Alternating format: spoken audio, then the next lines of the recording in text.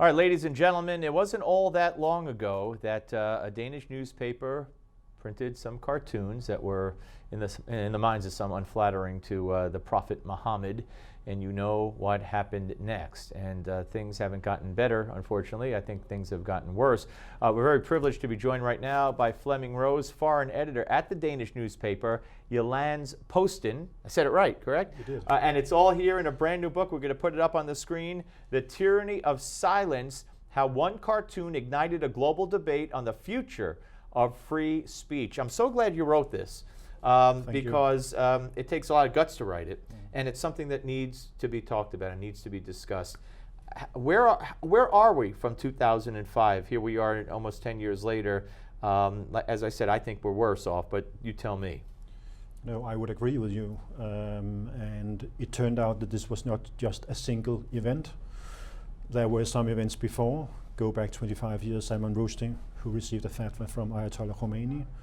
Go back to 2004 when Theo van Gogh, a Dutch filmmaker, was killed on the streets of Amsterdam, and the cartoon crisis. And further on, we have had, almost every week we do have cartoon crisis in Europe. That is when the public space is being intimidated and people decide to shut up or to censor themselves or take off movies, take off dramas at theaters, take off paintings from museums, take off the names of translators from a book, and so on and so forth. It's censorship, and it's self-censorship against free speech. It's self-censorship, yeah, and of course this is about our case was about Islam, but I would make the point that this is not only about Islam. You do have Hindu nationalists in India who are pursuing the same path.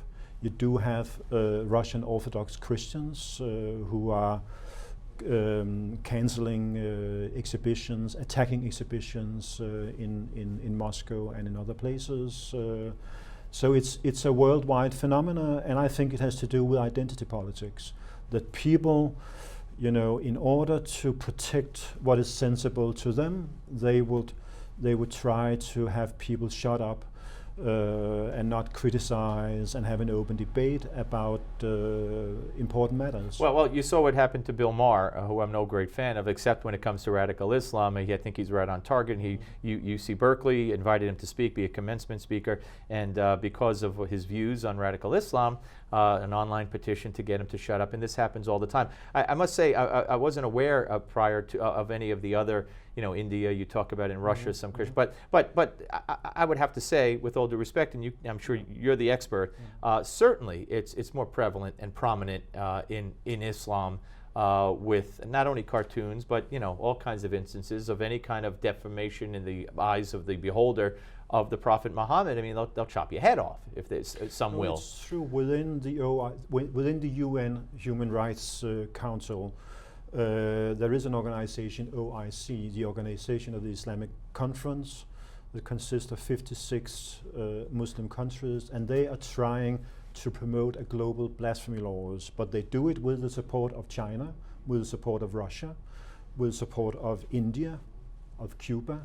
and other authoritarian regimes. So they would like to, have enforced a principle so that Denmark, the United States, any country in the world that is a member of the UN should pass a law criminalizing what they call defamation of religion, which basically mean that you should not be allowed to challenge a religious doctrine. And we know in the West that our democracy is in fact founded on the Enlightenment, that you had a struggle about the right to challenge. But having said that, we have only a minute left, and I don't it's not, but sure. How close do you believe the West, maybe the United States, maybe other countries, are to in fact passing one of those kinds of laws? I don't think the United States is anywhere close. You have a First Amendment, but you are getting more and more isolated. The problem in the United States is that you do have a social pressure. You do not have pressure for changing the law, I think.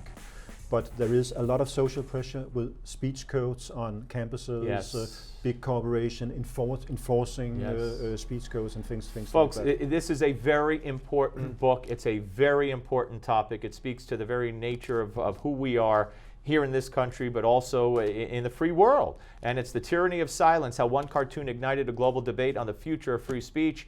Flemming Rose, thank you so much, sir. Good luck with the book. We'll be back with more of the show. Don't go away.